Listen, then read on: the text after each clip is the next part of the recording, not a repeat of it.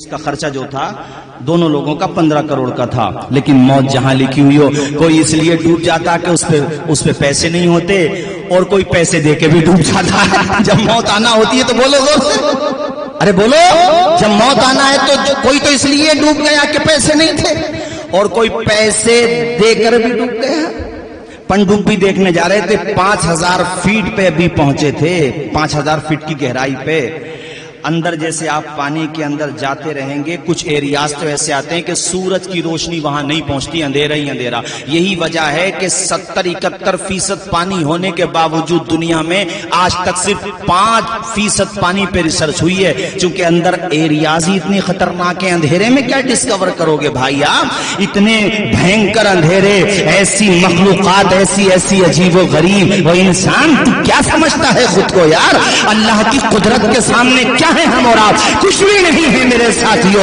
یہ سمندر زمین کے یعنی پانی جو ہے زمین کے 71% ہے کم و بیش، اور میرے ساتھیوں زمین کتنی بڑی ہے، اور زمین سے سورج بڑا ہے۔ سورج آسمان کے مقابلے میں چھوٹا ہی سا تو ہے، اور کتنا بڑا آسمان ہے۔ اب میرے رب کا فرمان سنو، سورہ رحمان کی یہ آیت سنو، اپنے دل دماغ کو حاضر کرو، خدا سے خود کو قریب کرو، اللہ کی طرف اپنے دل کی لو لگاؤ، مسجدوں میں آ کر کے 5 وقت نماز ادا کیا کرو، تہجد کے سجدے کیا کرو، اوابین و اشراق پڑھا کرو، اللہ تعالیٰ کی طرف رجوع کرو، اس کی بارگاہ میں رجوع تو کرو، اس کی بارگاہ میں آ کر کے تو دعائیں تو کرو۔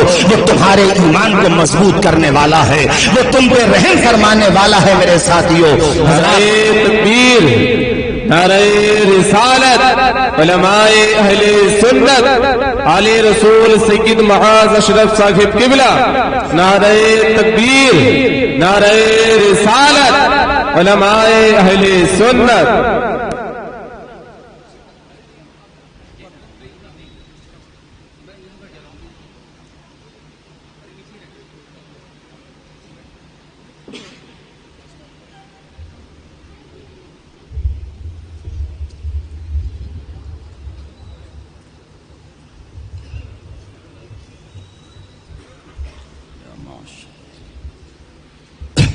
بیٹھ جائیے سارے لوگ، بیٹھیے سارے لوگ، بیٹھیے۔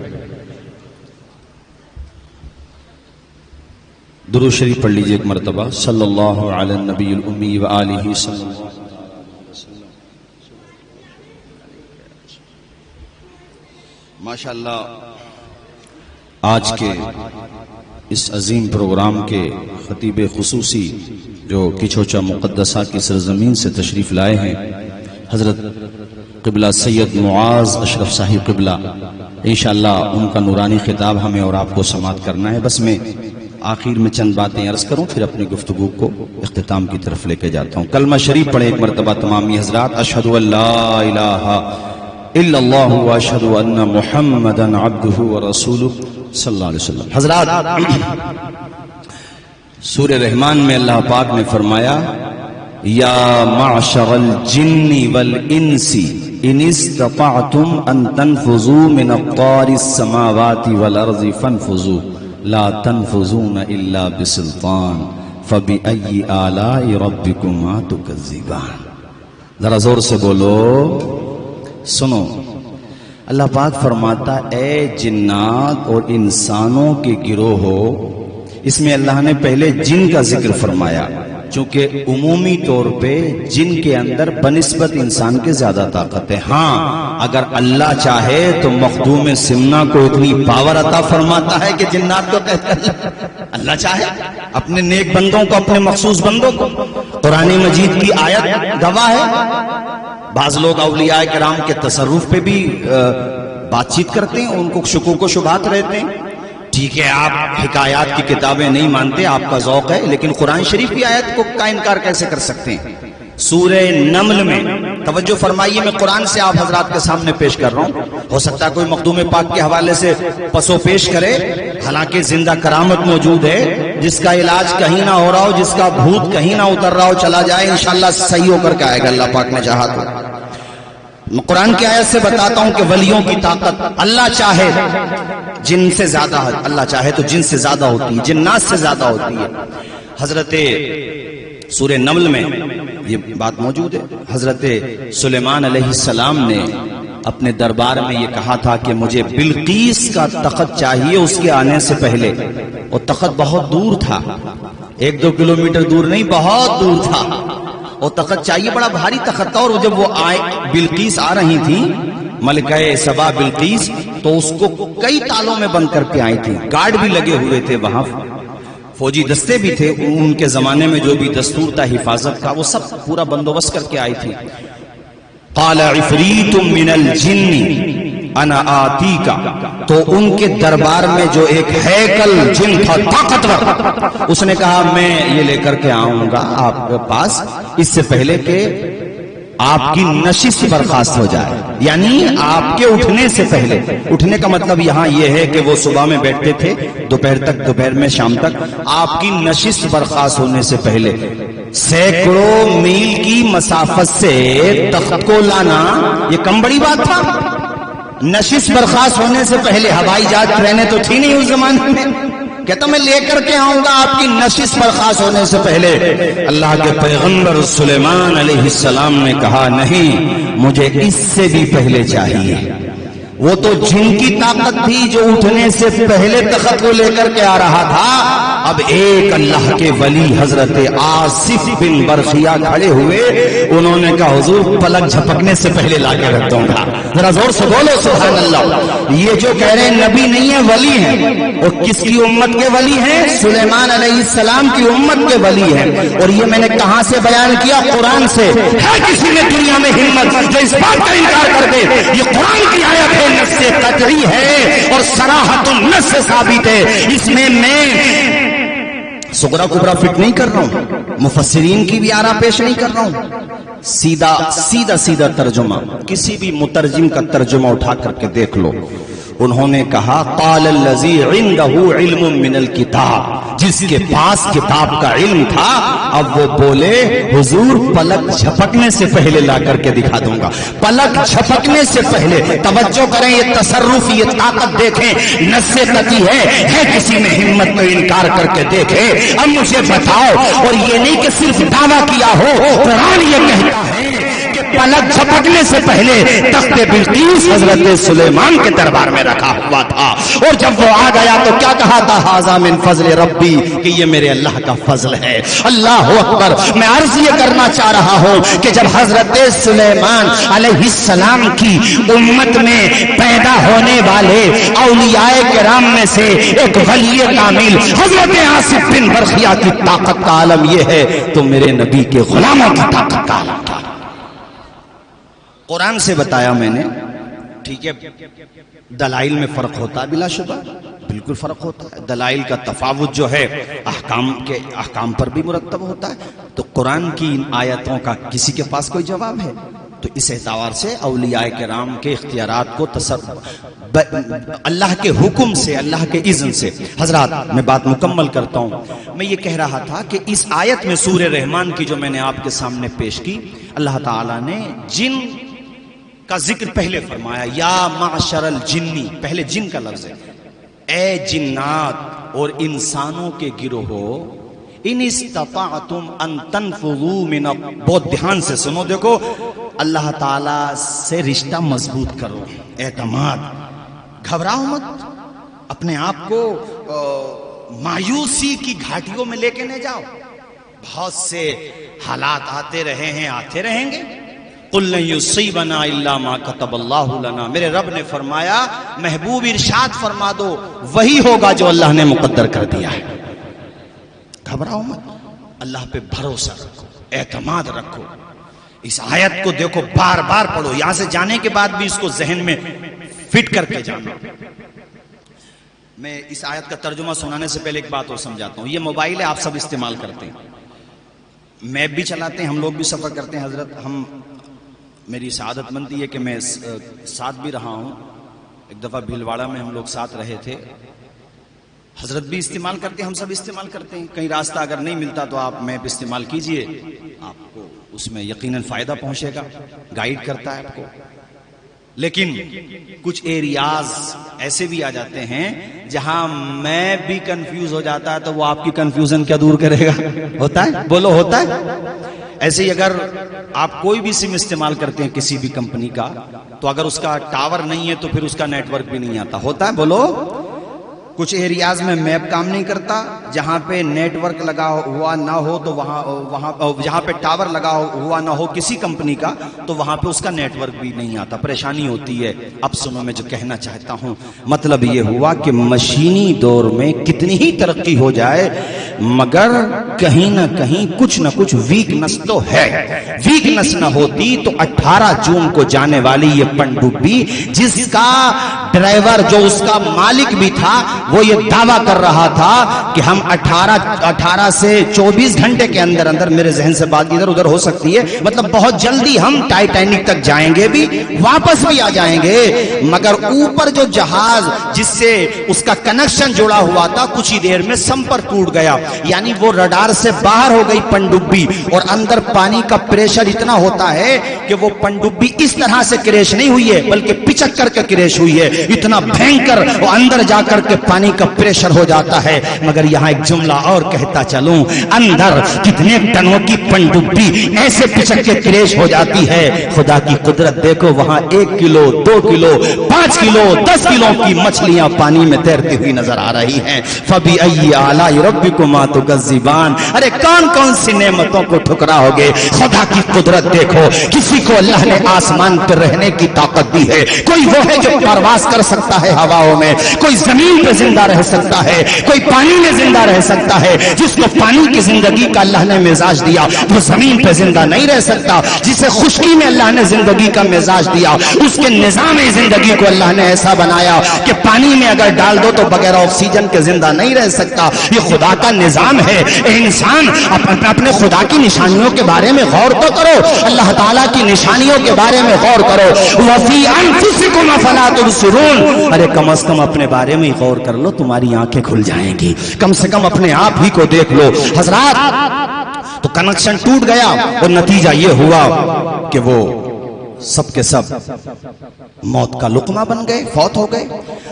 رڈار سے باہر ہو جانا یہ کوئی ایسا نہیں ہے کبھی کبھی ہوتا ہے، بہت دفعہ ہو جاتا ہے یار. ایسے ڈینجر زون بھی آتے ہیں فلائٹ کے لیے بھی کہ وہاں پہ خطرہ ہوتا ہے.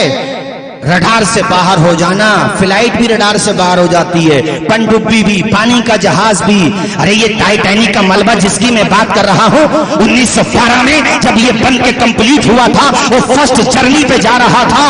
جانتے ہو اس کو بنانے والے نے یہ دعویٰ کیا تھا کہ میرے جہاز کو طوفان نوح بھی اگر آ جائے تو وہ نہیں ڈبو سکتا. لیکن فرسٹ جرنی میں 14 اپریل کو رات میں 11 بجے ڈوبنا شروع ہوا اور 2.5 گھنٹے سے 3 گھنٹے لگے تھے. پورا جہاز 2 حصوں میں بٹ کے ڈوب گیا تھا. وہ نہ چاہے تو بہتے دریا سے ایک قطرہ بھی کوئی پی نہ سکے، قطع کر دے اگر وہ تارے نفس، ایک لمحہ بھی کوئی جی نہ سکے.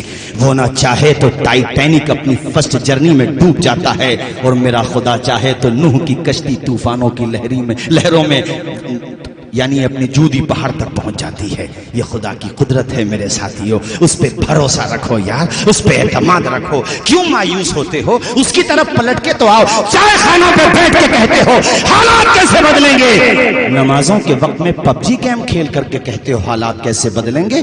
اب نمازوں کے وقت میں جناب والا IPL پہ سٹا بھی ہمارے نوجوان خوب لگاتے ہیں. میں کسی بستی کا نام نہیں لیتا، لیکن اگر رزق حرام کرو گے تو بلڈ بھی حرام ہی بنے گا تمہارا. کہاں سے صلاح الدین ایوبی کا جذبہ پیدا ہوگا، کہاں سے تمہارے اندر حسینی رنگ آئے گا. اگر امام حسین کے سچے غلام ہو تو امام حسین کا طریقہ بھی تو اپنانا پڑے گا نا میرے بھائیوں.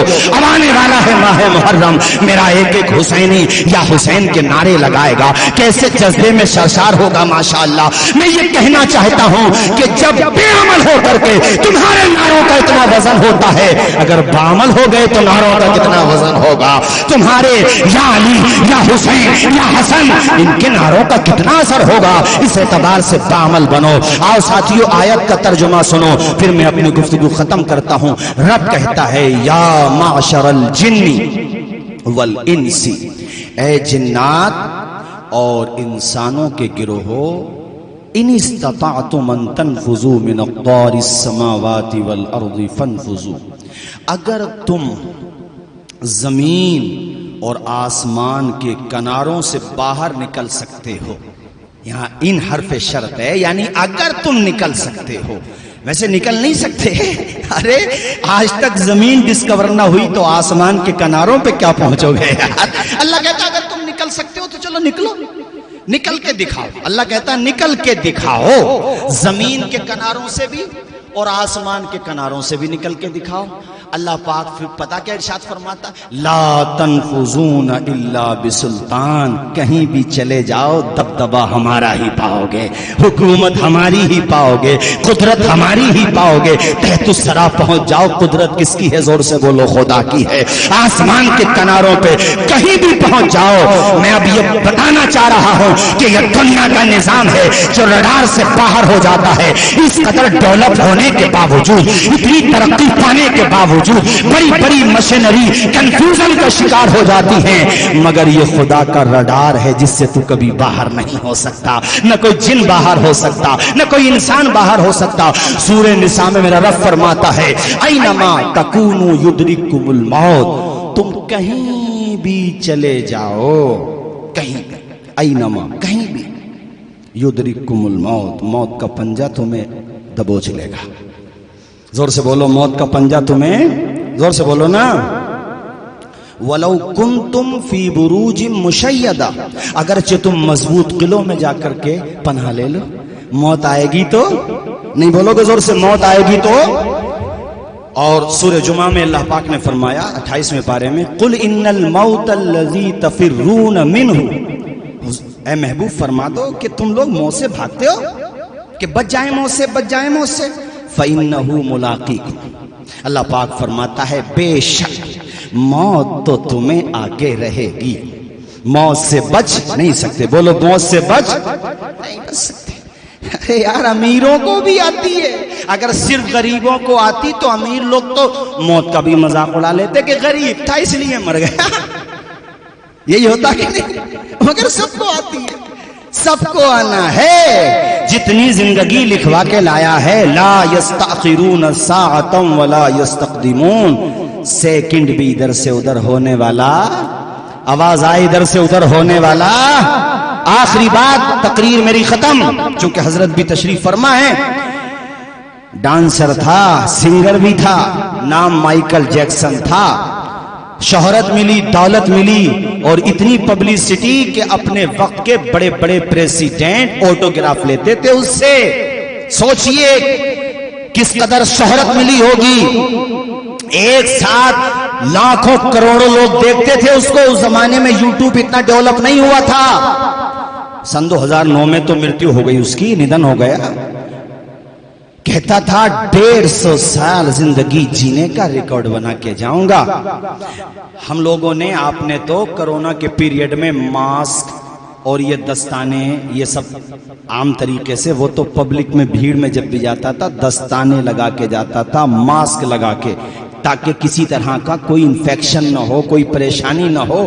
اور رات میں جب سوتا بھی تھا تو آکسیجن والے بیڈ پہ سوتا تھا کہ ایمرجنسی میں اگر کوئی پرابلم ہو گئی تو میں کہاں سے لے کر کے آؤں گا آکسیجن. آکسیجن والے بیڈ پہ سونے والا، پبلک سے ملتے وقت دستانے لگانے والا، بھیڑ بھاڑ میں ماسک لگانے والا، اپنے ساتھ 12 سے 15 doctor, MBBS MD specialist doctor رکھنے والا. اور اے لوگوں، اس نے ایسے لوگوں کی ٹیم بھی تیار کر رکھی تھی.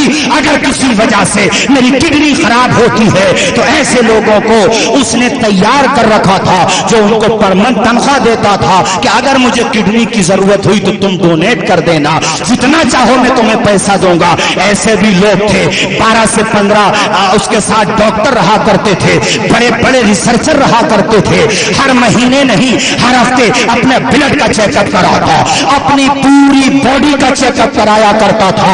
مگر ساتھیوں، 150 سال زندگی جینے کی باتیں کرنے والا صرف 50 سال میں زندگی کی آخری سانس لے کے دنیا کے لیے عبرت کا سامان بن گیا.